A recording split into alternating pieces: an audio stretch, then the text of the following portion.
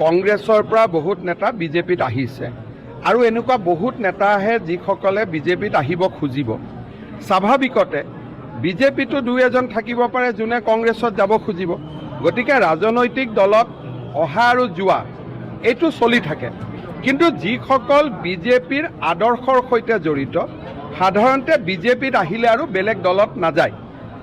আৰু গোটেই ভাৰততে বিজেপি ত্যাগ কৰি কংগ্ৰেছত যোৱা মানুহৰ সংখ্যা একেবাৰে কম, দুই এজন আছে।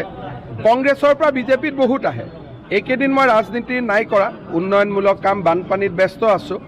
জানুৱাৰী ফেব্ৰুৱাৰীৰ পৰা আকৌ আগৰ দৰে কংগ্ৰেছৰ পৰা বহু সংখ্যক মানুহ আমাৰ তাত আহি যোগদান কৰি দিব। কিন্তু এইকেইদিন মই যোগদান, দল ত্যাগ, আদৰণি এইবিলাক পৰ্বৰ পৰা অলপ দূৰত ৰাখিছোঁ, কাৰণ 3 মাহ লোকসভা ইলেকশ্যনৰ কাম কৰোঁতে 3 মাহ আমাৰ অসমখন পিছুৱাই গ'ল, বহুত কাম মোৰ ৰখি গ'ল। সেইকাৰণে এই 3 মাহ মই অলপ কাম কাজ কৰি লওঁ।